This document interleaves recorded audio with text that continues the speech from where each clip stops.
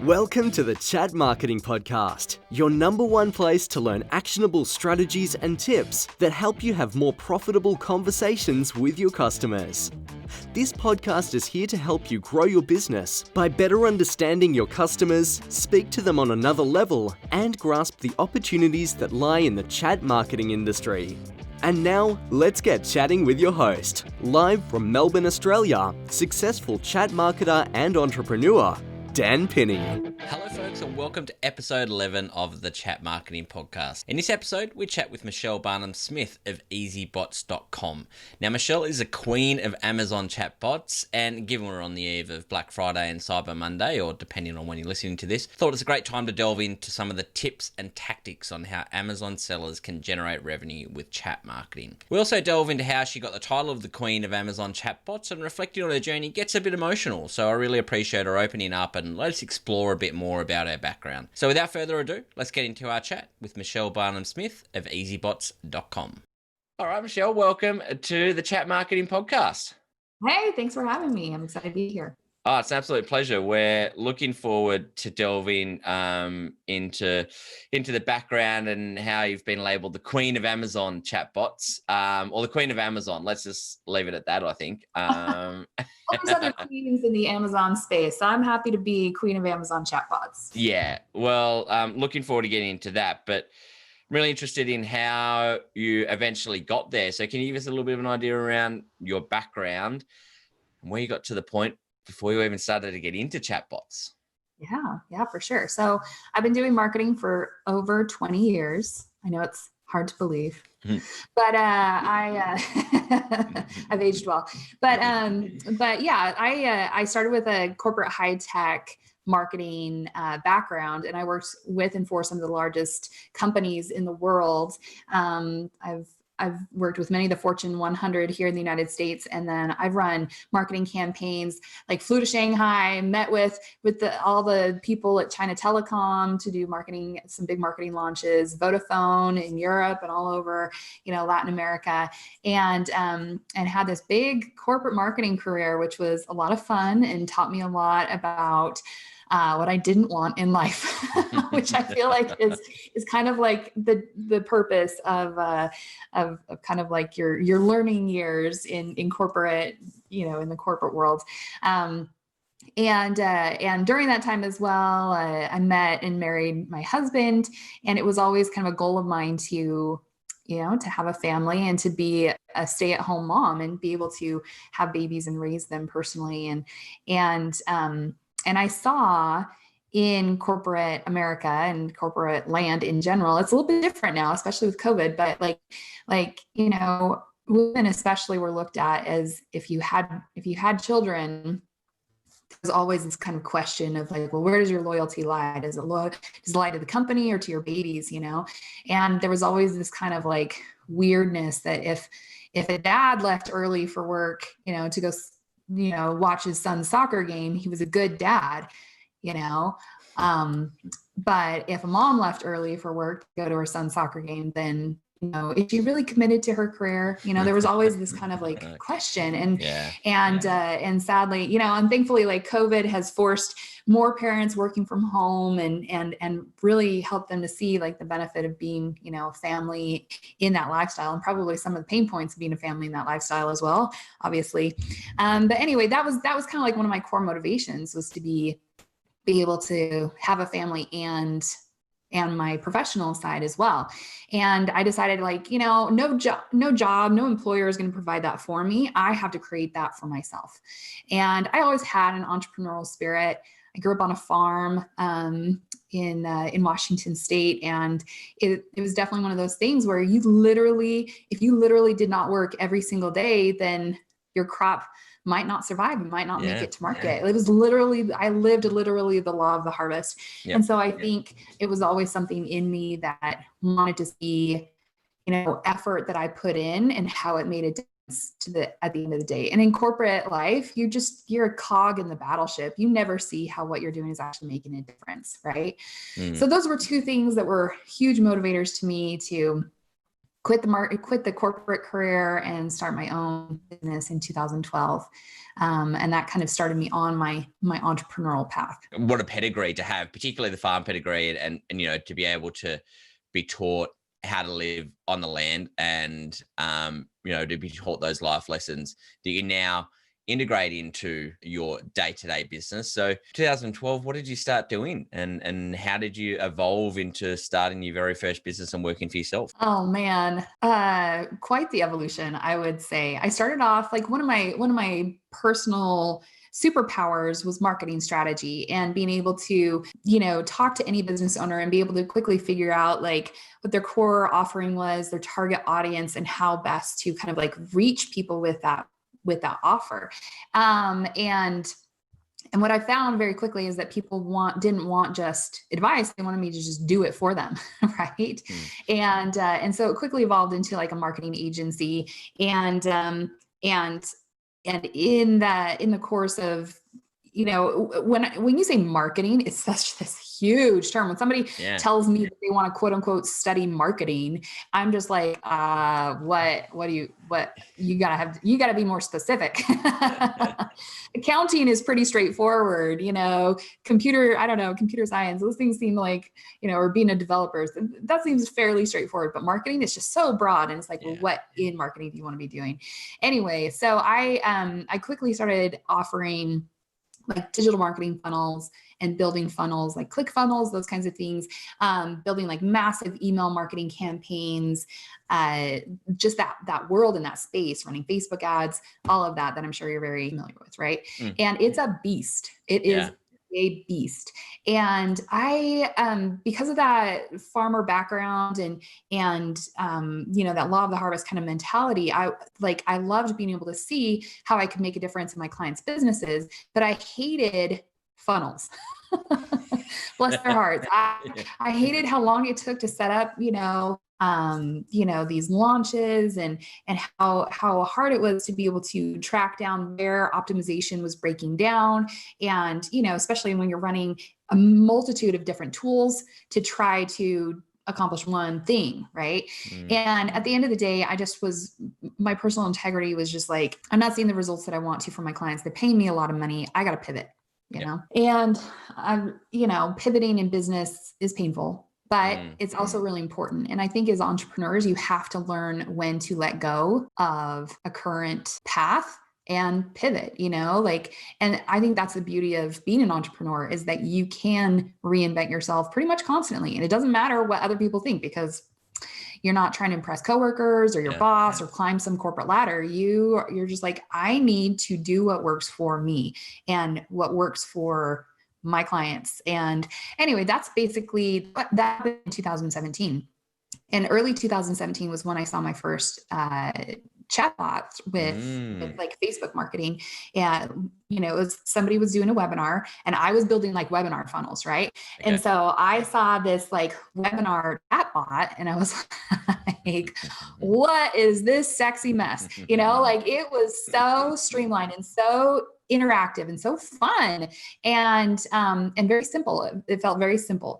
And so I saw that ManyChat was the platform that this company was using, and I just jumped in with both feet. I learned everything I could as fast as I could. I bought every course, like Andrew Warner's course. There was a course by Scott something or other. I can't remember his name. Bless his heart.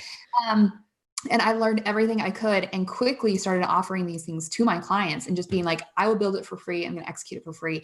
And I just loved how you could quickly set those chat marketing campaigns up. You can literally have something up in just a few minutes and have Facebook ads running to it, and be optimizing ads like within a day, and it was just like mind blowing. And there's been no turning back. Yeah. And when you were mentioning before about the funnels and building the funnels and how long they take to also push people through a funnel, was that something that appealed in the ManyChat space, to be able to set up those funnels faster? And I think also, instead of over a matter of, maybe hours, days, weeks, pushing people through various different degrees of funnels and emails, etc., literally in the space of minutes, being able to push people through from point of awareness through to point of conversion. Right. And being able to see exactly what's going on inside of the flow to see, okay, where's the breakdown happening? Where do we need to optimize this? And not being a developer and not needing to hire some external person to fix it for me. I, like, as a marketer, I was savvy enough to be able to make those changes, inside of ManyChat. So very quickly, ManyChat earned my dearest love and trust. And what was interesting is that I put myself on Upwork and I was like the first person on Upwork to have ManyChat in my profile, to have, like, I submitted the category of chatbots and ManyChat as categories for Upwork, to have those as things that you could search by. And so very quickly, I was getting a ton of new clients, and they were all over the place. They were every different kind of business. I built a bot for a lawyer. I built a bot for the largest natural pregnancy training course in the world. I built them like a 40-week pregnancy tracker that would, send out a bot and tell you, this is what your baby is doing this week. Here's how to naturally improve what you're experiencing this week. That's amazing. So very, very cool and very diverse circumstances. Yep. And then in late October or late 2017, I had my first Amazon client. Yeah, I was interested to how you evolved into that. Right. And that was completely life-changing at that point. And I will say, if anybody's listening who's like an agency owner or, thinking about offering services, or just a business owner in general, like, I like to live by the phrase, when you niche, you're rich. Because I gained like a broad level of experience and I had a lot of different variety of clients, but I knew immediately when I met that Amazon seller that this was going to be my niche, that I would very quickly learn the pain points, know what these Amazon sellers wanted to accomplish with chatbots. And I, once again, dove completely into this. My first, and 2017 was like a big year for me. I had a baby and just a little bit going on. Right. I completely changed my business in that time frame. Like, Amazon is its own beast, like how do you then, because chatbots and chatbot marketing is one thing, but then how do you then go, well, I'm going to offer this into this, 1,000-pound gorilla that is Amazon, and try to help Amazon sellers? It's definitely been a journey with a lot of changes to it, because Amazon as a marketplace changes constantly. And one of the really nice things that they don't do is they don't tell you what those changes are. And so they'll just make changes happen. And then all of a sudden, my poor Amazon sellers are facing these crazy experiences, and sometimes suspensions, or sometimes different things. And they just have to guess at what has changed. And so, the Amazon seller space is rife with rumor and paranoia, and rightly so, because millions and millions of dollars can be lost in a second because of some change that Amazon has made. So it's really important as as a educator in the space to stay on top of what's going on, both with Amazon and with Facebook messaging and with ManyChat. So I feel like I have these 3,000-pound gorillas by the day, and I'm like in the middle of them, trying to battle them on a daily basis. And sometimes I lose. I'll say that. Yeah. And so then what do you focus on with Amazon sellers? How do you start with them? How do you say, this chat marketing thing is something that you need to be focusing on to grow your Amazon selling account? For Amazon sellers, it really comes down to their core objectives. And those core objectives are really three things. They want to increase their social proof, their reviews. They want to rank for their target keywords for existing listings. And then they want to launch new products. Those are the three things that most Amazon, and when I say Amazon sellers, I'm speaking specifically about private label or FBA sellers. I'm not talking about retail or online arbitrage sellers. I'm not talking about wholesale unless it's exclusive wholesale. I'm talking about people who own a brand and are building that brand on Amazon. Yep. And that's one of the benefits as Amazon, Amazon for business owners, is that you literally can create a brand where you're not having to manage fulfillment. You really don't have to understand. I mean, more and more you need to understand more about marketing, because Amazon is very diverse, and you need to understand who you're trying to attract with, not attack with your products, but attract. Yeah. But what's for sale on Amazon, as consumers of Amazon, what we think is for sale are products. But what's really for sale on Amazon for sellers is keywords.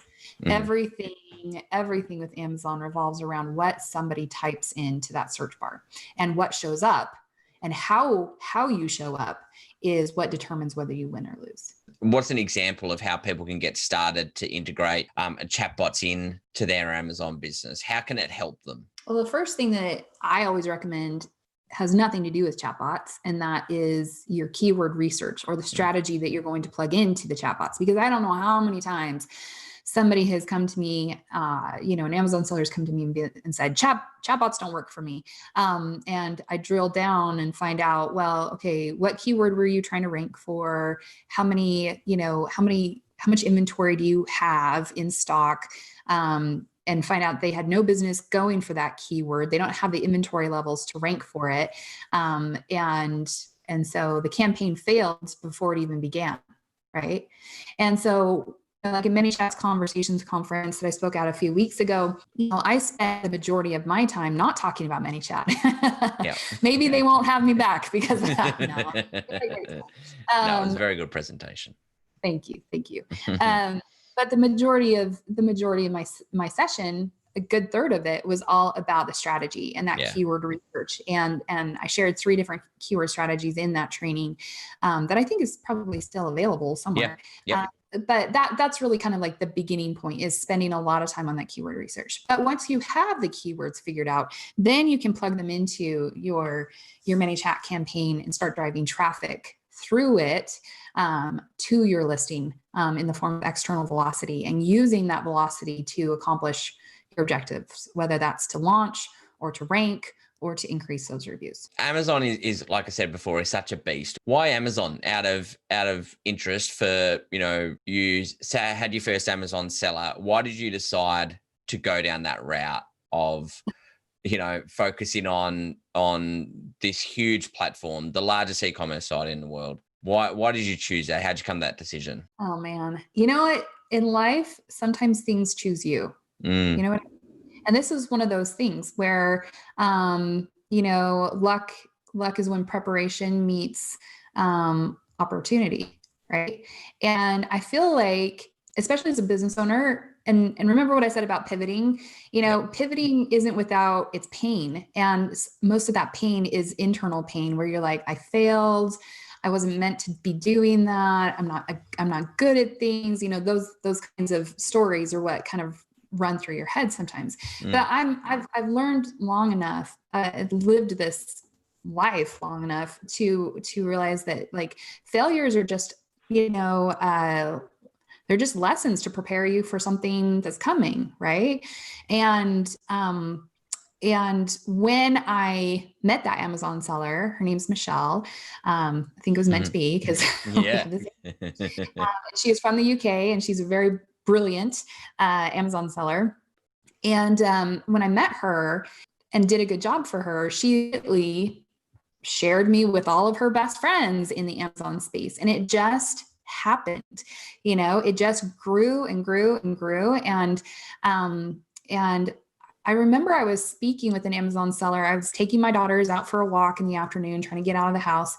And this Amazon seller, her name was Kelly. She told me, she's like, you do know that you are going to become the biggest name in this space. And I was like, what? I'm just this mom in yoga pants. But I remember where I was standing, and it was this emotion that hit me from nowhere, where I was just like, no, she's right. And I was like, I don't know where this came from. It just was kind of like truth. And pretty soon I had all of these clients, and I was suddenly being asked to speak at these conferences all around the world. I literally literally was traveling all over the world speaking to Amazon sellers about chatbots. And that's basically how like my friends in the UK dubbed me the queen of Amazon chatbots. And I'm well, rightly so. Yeah, it's certainly grown. I mean, you think about now back to your corporate career, and you mentioned earlier about living the life that you want to live, and being with the family, and being able to experience life's little things. How has that impacted now in doing what you do, and where would you be without the rise of chatbots, or maybe that moment where your friend said you're going to you become the biggest name in this space? Yeah, it kind of hit me earlier this year when I was asked to speak again at Traffic and Conversion here in the United States, which has gone through some iterations some pivots, if you will, with COVID. But I was asked to speak in 2019, and then they invited me back to speak in 2020. And one of the keynote speakers, who was also speaking at Traffic and Conversion. He's a well-known businessman in the United States named Marcus Lemonis. And he's a brilliant businessman, and he has a TV show on here in the United States called The Profit. And if you haven't heard of it, it's called PROFIT, The Profit. Cool. And he helps businesses. He'll buy businesses and then just like revamp them. And he, business can be brutal, right? It can be really toxic. And anyway, I don't know, like 4 years ago, I'd had a baby, and I was this nursing mom, and feeling just really exhausted and gross because I probably hadn't showered for 3 days. And I was nursing my baby, and it was like late at night. I was watching this show on TV and just being so inspired by him as a businessman. I didn't even I had basically let my business kind of go have a maternity leave, if you will, for a bit. And I was watching him, just being so inspired by him, and just feeling so gross and exhausted and grateful to be a mom, but also, right, it's a balance of emotions. Yeah. It's a lot. Yeah. It's a lot. Anyway, so when Traffic and Conversion invited me to come speak, and then I found out that Marcus Lemonis, this man that I just so admired, I just I'm sorry to get emotional, but it just was this moment as a mother, as a business owner. I could never have known 4 years previously, sitting in old junky sweats in my basement, nursing my baby late at night, watching him, I would be on the same stage with him, not 4 years later. Yeah. And that's such that's such an amazing story, Michelle, and where you've come from. Thank you so much for sharing that. I mean, you're clearly very proud, and so you should be for where you've come from. I'm grateful. I mean, I hope the real thing I feel and portray is gratitude, because I couldn't have done any of this without obviously ManyChat, but also with my clients and in the industry that has believed in me, and given me these opportunities. So I'm definitely very aware that I did not necessarily get myself here on my own. It's testament to also the success that you've had. But a lot of the people that I've chatted to on this podcast, and that, have had success over the years, you mentioned clients there, it's the people that they help, but also how they help them. A lot of people that I find have this type of success and these amazing stories are in it to help others. Did motherhood actually have a bit of an effect on your ability to do that, from the corporate sector where you were a cog in the wheel to then helping clients? And you said you had clients coming, out of your ears. Do you think that had an impact on how you approach business and your clients? Oh, no doubt. I mean, motherhood is just sacrifice after sacrifice, most definitely. But I also do feed off of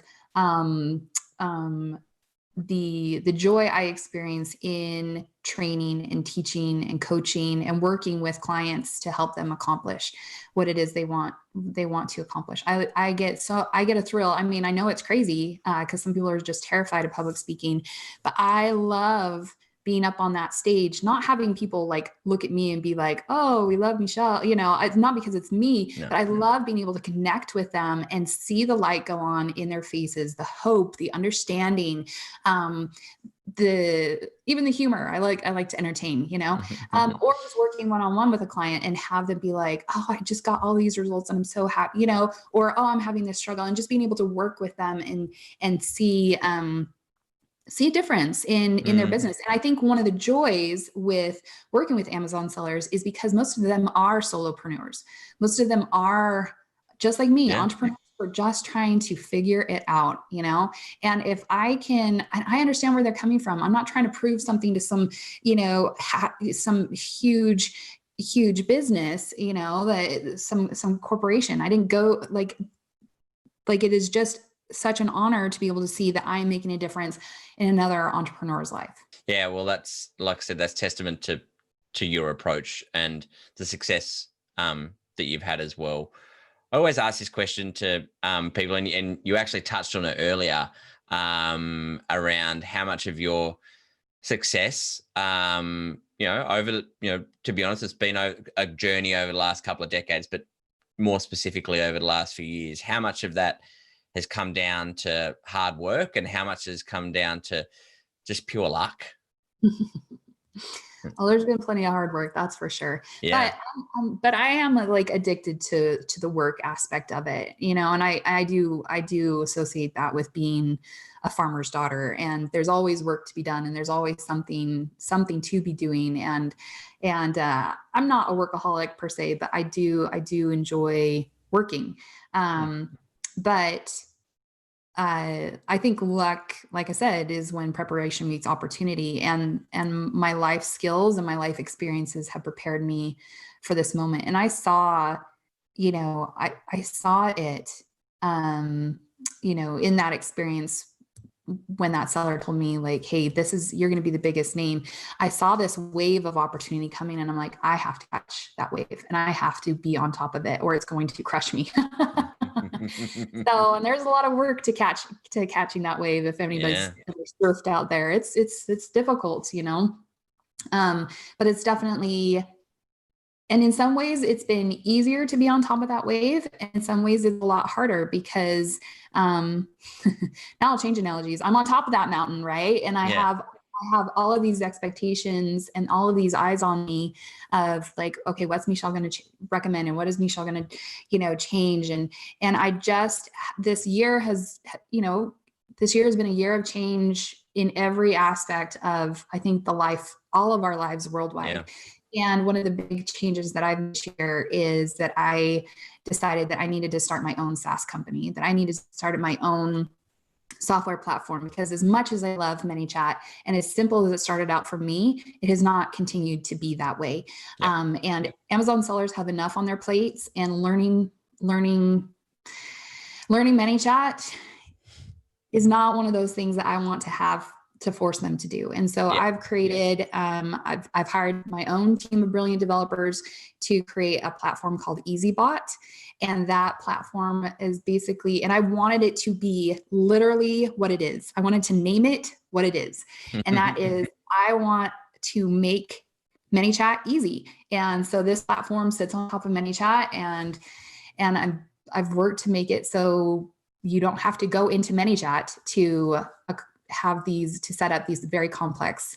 Okay. And it's made specifically for Amazon sellers?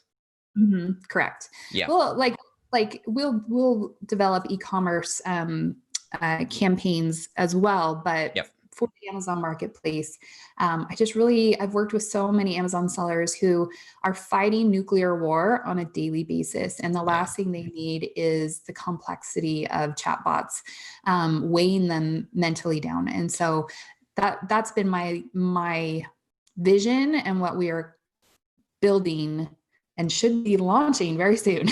Yeah.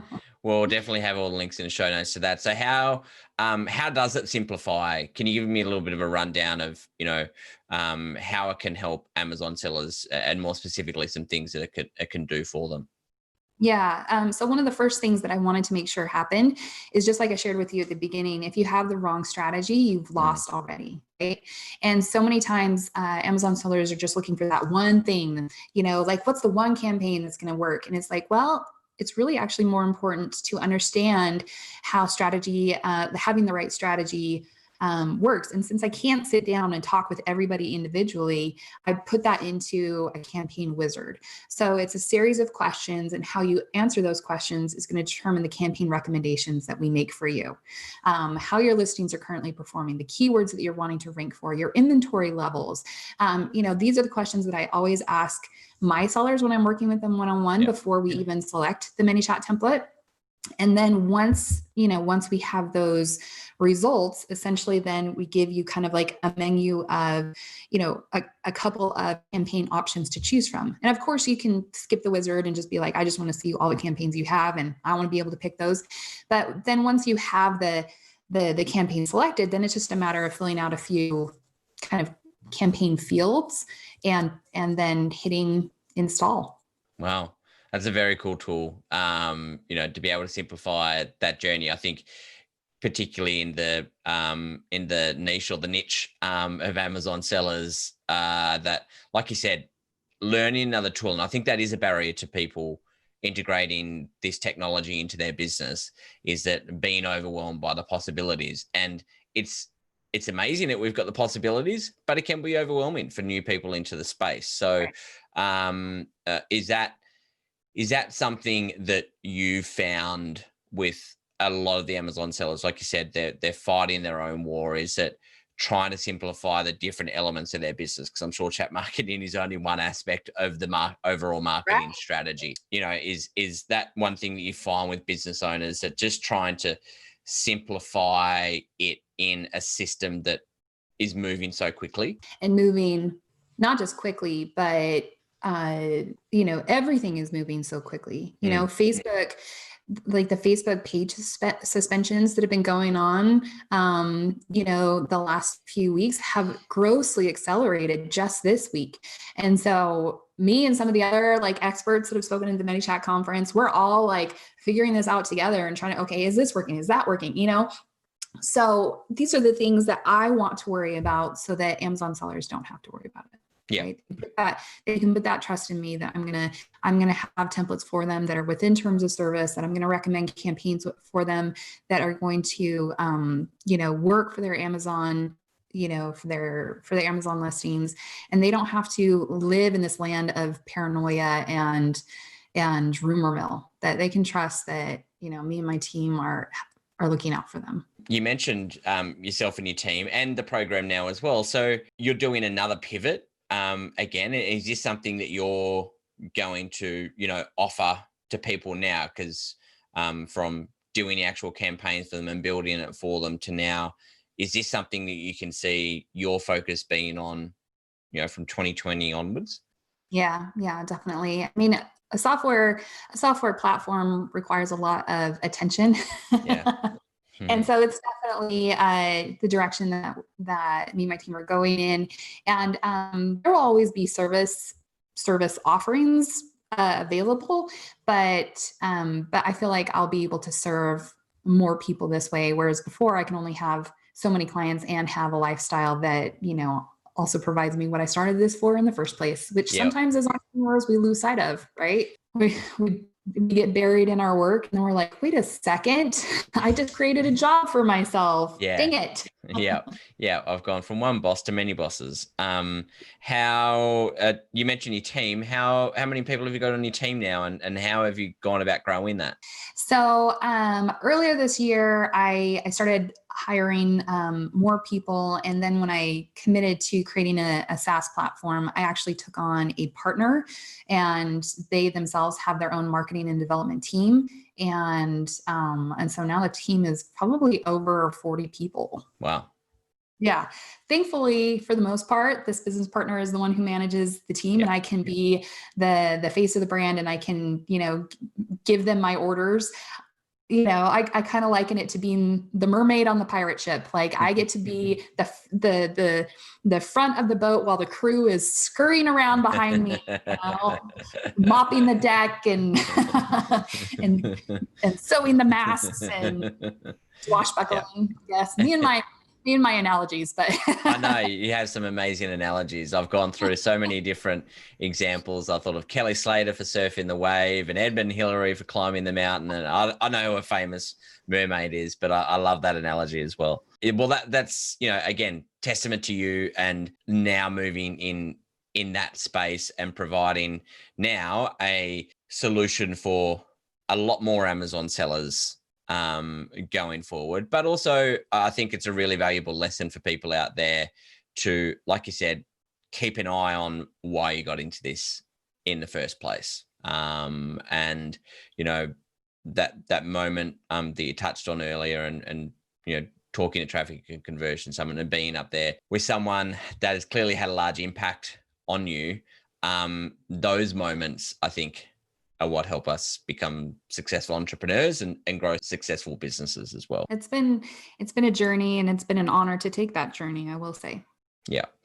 Lastly, is there anything I haven't asked you that you think would be of value to the audience out there? Oh man, now that we've delved into the deep recesses of my heart. One thing, like I said, when it comes to pivoting is that I like the poet Robert Frost has a very famous poem about two paths diverged in a wood.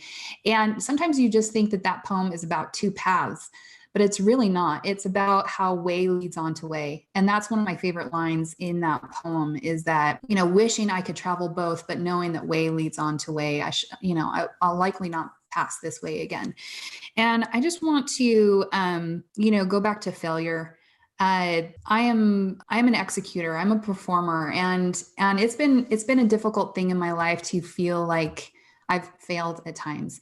But and maybe that's the case for the listeners as well, that maybe you're in one of those phases right now, especially with everything that's happened with COVID. It's hard not to take things personally and be like, oh my goodness, if your business is failing or if your business has reached a roadblock, or maybe you're just exhausted. Way leads on to way, and you're not married to the current path. Eventually there's going to be another path and another fork or series of forks in front of you, and you can continue to move forward and change and choose your path. And I think that is powerful.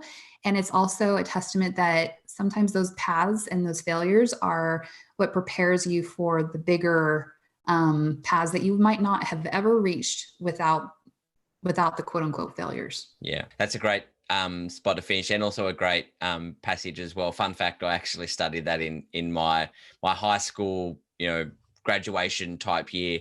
That Robert Frost poem was something that we had to write a long thesis or essay on. So it's always actually stuck with me since then as well. And I love that.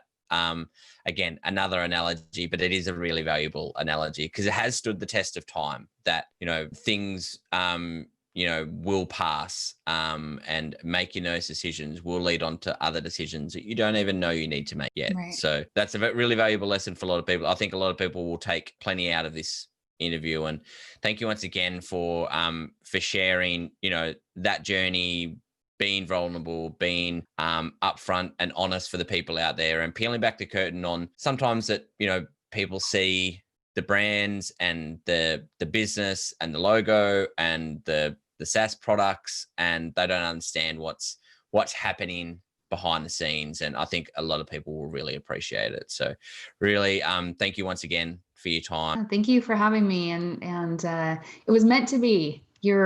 Your thesis in high school there you go. has inspired us both. So Thank you for having me on. Pleasure. Thanks so much. All right, I hope you enjoyed that episode with Michelle Barnum-Smith of easybots.com. As you heard, it got a little bit emotional at times, and I think that happens when you reflect on how far people have come in their businesses and in their entrepreneurial journey. But I really appreciate her opening up and being vulnerable with the audience out there. I'm sure a lot of us can certainly relate with some of the things that she was talking about. All the links for this episode are at marketingpodcast.chat/episode 11. That's marketingpodcast.chat/episode chat.marketing.com/episode 11. Hey, I've got a favor to ask. Have you enjoyed the first few episodes of this podcast? If so, I'd love for you to help out other chat marketers and make it easier for them to find the podcast by leaving a review. You can head to the website at marketingpodcast.chat and find the links to iTunes to leave a review. We've got some great interviews coming up. Until then, take care. We'll chat to you soon.